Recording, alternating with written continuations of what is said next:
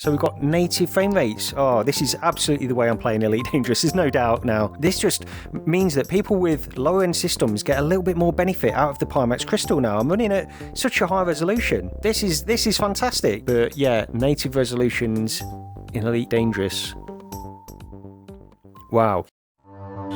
Immersed Robot. Hello, welcome to Immersed Robot. So in this video, I'm just testing out the 72Hz display mode in the Pimax Crystal. And this is a firmware update which I received yesterday. And I believe it's rolling out to everybody at some point, hopefully not too long. I've not been given any details on a time frame for that. But yeah, I thought I'd test this out in Elite Dangerous, as you can see in the Pimax Crystal right now.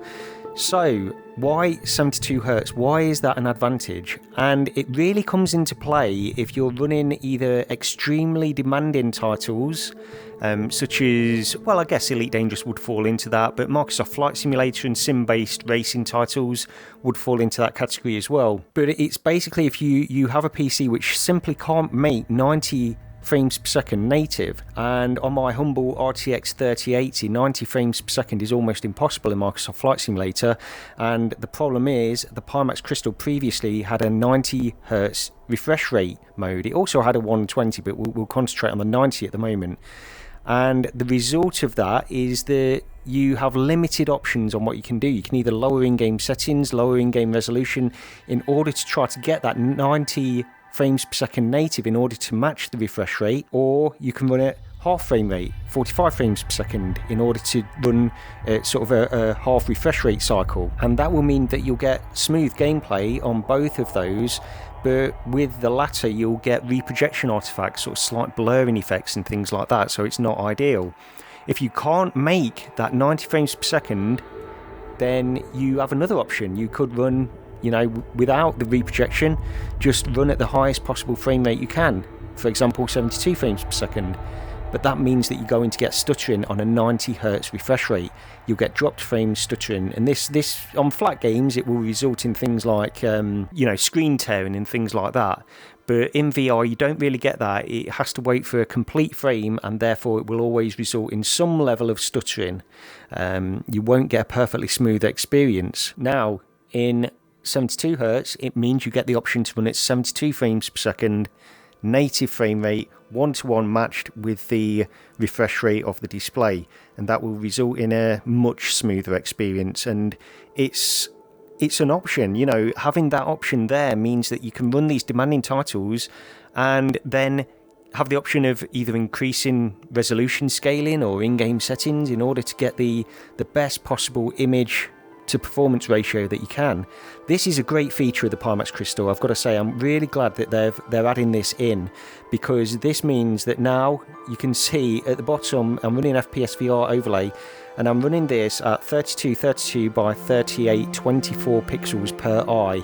Steam VR resolution scaling at 100%. In game, I'm running at 1.0 super sampling and 1.0 HMD image quality. This means basically I'm running at the native resolution, native 72 frames per second, resulting in a perfectly smooth experience, and it looks incredible. So having this option available is just a fantastic addition to this headset, I've got to say.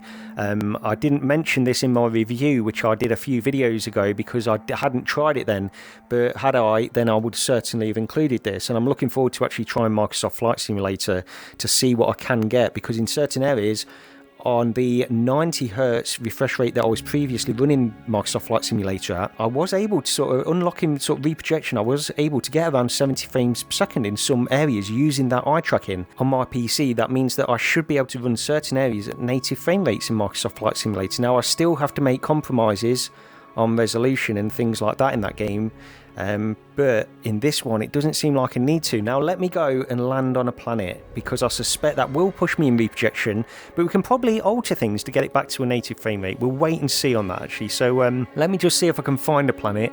That one might be landable actually, it's in front of me. So yeah, I'll be back in a minute anyway. So yeah, it looks like I can land on this planet. So let's see how far we can get with these native 72 frames per second. GPU memory is struggling a little bit. This is the result of me having that RTX 3080 with only 10 gigabytes of VRAM, which is a bit of a limiting factor on that card now. It's starting to become a bit of a problem. But so far, I mean, it looks incredibly good, as you would imagine, at 100% resolution scaling. Pimax Crystal really does have sort of the best image quality I've seen in VR, and this is where you really notice it. So as we enter the glide, still got a nice 72 frames per second. I'm not entirely certain of my complete in-game settings. It's around the sort of VR medium preset, but then, you know, the previous resolution scaling in-game that I mentioned as well. Slowly, as you get closer to the surface, usually you'll see the frame timings go up, but it's still doing really well at the moment. It's still perfectly smooth. I don't think I've dropped a frame, other than when it sort of it does that little pause when it goes from orbital flight into the glide and things like that. These are just sort of unavoidable in many ways. Okay, so this is still running really, really well. I'm actually surprised at how good this is running, because when you look at the resolution on an RTX 3080 running like this, I've never seen it run this good. And that's because I've been trying to get that 90 frames per second native frame rate, and it just can't do it on my system in every single area unless you really lower it down. So previously I was running it around 70% resolution scaling in Steam VR when I was running Elite Dangerous, and I am using dynamic foveated rendering, so we've got that benefit as well added into this. So utilising all these things, you can get an absolutely fantastic experience here. Let's head down to the surface and then we'll get out in the SRV, because that, I'm sure it will go into reprojection at that point. But looking at the numbers, the GPU frame timings and stuff, it looks really good. Maybe I can increase in-game settings a little bit as well. And I should mention, this is the legacy version of Elite Dangerous. This isn't Odyssey. Maybe I'll make another video on that, but yeah, Odyssey is not going to run as well as this, and it also doesn't look as good.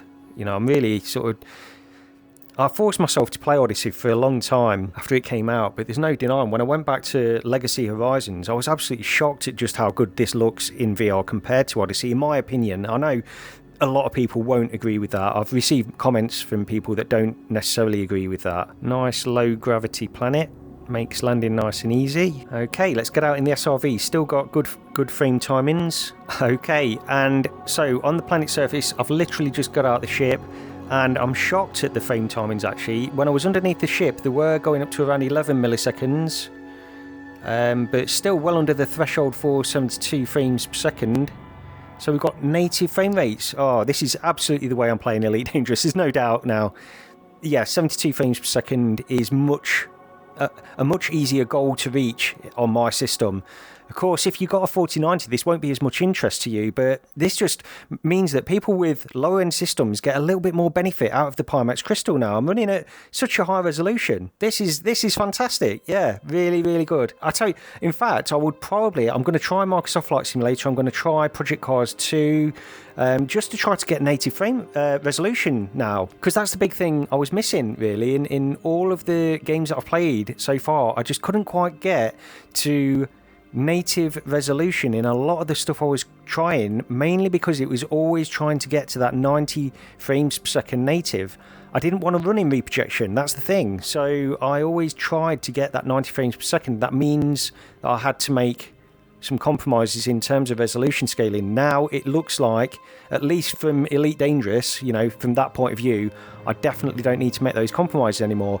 In fact, I could probably try to increase some in-game settings, but I think that's a video for another time, or at least just something I'll go into a little bit more later on. But yeah, native resolutions in Elite Dangerous. Wow, yeah, okay.